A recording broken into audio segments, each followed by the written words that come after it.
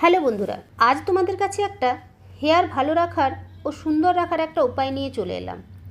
আর হ্যাঁ, এটি কিন্তু হেয়ার স্মুথনিং বা স্ট্রেটনিং, বোটক্স, ন্যানোপ্লাস্টিয়া, বায়োটিন এইসব কেমিক্যাল হেয়ারের জন্য একদমই নয়। আমরা ছোট্টবেলায় একটা কথা শুনে আসতাম মা ঠাকুমাদের কাছে, যে তেলে চুল তাজা। কথাটা একদমই ঠিক। এখন আমরা মানি না ঠিকই, কিন্তু কথাটা বাস্তব, এটাই ঠিক। চুলের মধ্যে তেল না দিলে চুল রুক্ষ ও শুষ্ক হয়ে যায়। এতে কি হয়? চুলটা বারে বারে ভেঙে পড়ে। এটা আমরা জানি, কিন্তু আমরা সেটা থেকে অনেকটাই দূরে থাকি এখন। কিন্তু তেলে চুলে যে তেল দিলে যে চুলটা যে ভালো থাকে, এটা কিন্তু 100% সত্য কথা। তো চুলের নিজস্ব শক্তি না হলে হারিয়ে ফেলে। তো চলো, আজকে তোমাদের কাছে আমি একটা ট্রিটমেন্ট নিয়ে চলে এলাম চুলের শক্তি ফিরিয়ে আনতে। এই টিউটোরিয়ালটা নিয়ে আসলাম তোমাদের সুবিধা হবে। তোমাদের যেহেতু শীতকাল চলছে, আর এতে শীতকালে কি হয়, আমাদের চুল প্রচণ্ড ড্রাই হয়ে যায়। চুলের মধ্যে ড্যান্ড্রফ, প্রচুর পরিমাণে ড্যান্ড্রফ আসে। তো ডক্টরের কাছে গেলে এখন ডক্টররা বলেন যে ড্যান্ড্রফ সারাতে গেলে চুলে কোনো মতে তেল দেওয়া যাবে না। কিন্তু আমি বলবো চুলে তেল দাও, কিন্তু সপ্তাহে একদিন। তো প্রথমে আমরা চুলটাকে কি করব, ভালো করে আঁচড়ে নেব। তারপরে 4টে সেকশনে ওটাকে আমরা ডিভাইড করে নেব। দেন কি করব, ট্যালকমের সাহায্যে পাতলা পাতলা সেকশন নিয়ে পুরো রুটের মধ্যে হাতের আঙ্গুল বা তুলোর সাহায্যে অয়েলটিকে লাগাতে হবে। যেভাবে আমি লাগাচ্ছি সেভাবে দেখো। আমি তোমাদেরকে হাতের মধ্যে লাগানোও দেখালাম, আবার ট্যালকমের সাহায্যে তুলোর সাহায্যে লাগানোটাও আমি তোমাদেরকে দেখাবো। তো তারপরে তোমরা কি করবে, ওটাকে খুব ভালো করে আলতো হাতে ভালো করে সুন্দর করে লাগাবে। আর এটা তোমরা hot coconut oil, plain coconut oil তোমরা লাগাতে পারো, অনিয়ন অয়েল লাগাতে পারো, বা হেয়ার ম্যাসাজ অয়েল, যে কোনো হেয়ার ম্যাসাজ অয়েল যে কোনো কোম্পানির তোমরা ব্যবহার করতে পারো। তো প্রসেসটা সবার ক্ষেত্রে কিন্তু একই প্রসেস।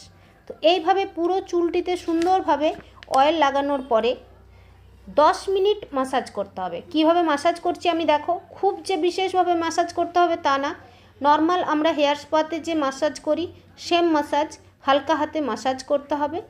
ম্যাসাজ করার পরে আমরা স্টিম দেব। তো স্টিমটা আমি যেমন স্টিম দিয়েছি আমার স্যালনে বলে, তো তোমরা বাড়িতে করলে তো সবসময় স্টিম দেওয়া সম্ভব না। তো তোমরা কি করবে, স্টিম সবার থাকেও না।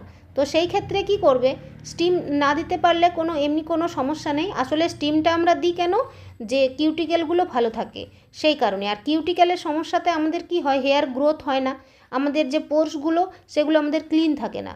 তো সেখানে স্টিম দিলে ওটা বেটার হয়। সেক্ষেত্রে তোমরা কি করবে, টাওয়ালকে গরম জলে ভালো করে ভিজিয়ে নিগড়ে নেবে।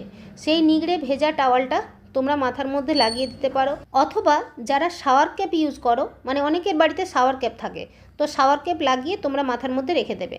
আর যদি শাওয়ার ক্যাপও না থাকে, তাহলে তোমরা আরেকটা ব্যাপার করতে পারো, সেটা বাড়িতে, সেটা হচ্ছে বড় পলিথিন মাথার মধ্যে ভালো করে প্যাক করে নেবে। এতে কি হয়, মাথার মধ্যে আমাদের এমনিতে মাথাটা ভেপে যায়, আর ভেপে গিয়ে আমাদের এমনিতে যে কাজটা আমরা স্টিম দিয়ে করছি সেই কাজটা অনেকটাই 80% কাজ ও দিয়ে দেয়।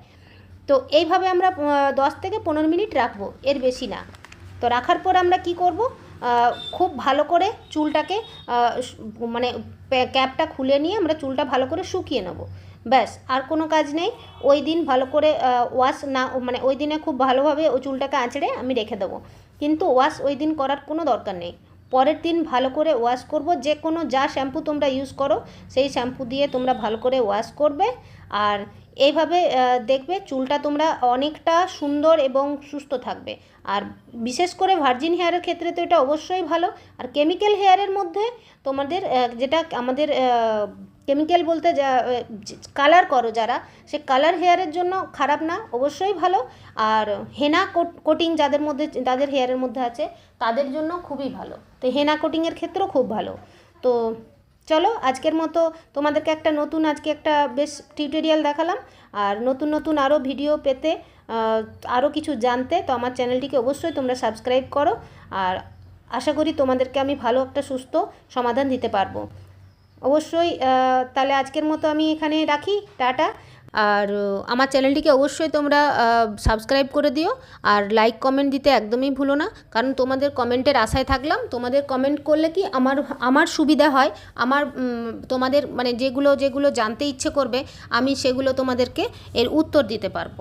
তো আজকের মতো রাখি, টাটা। অপেক্ষায় থাকলাম তোমাদের কমেন্টের। আর আমি আরও নতুন ভিডিও তোমাদের সামনে আরও একটা নিয়ে আসবো। ওকে, বাই বাই।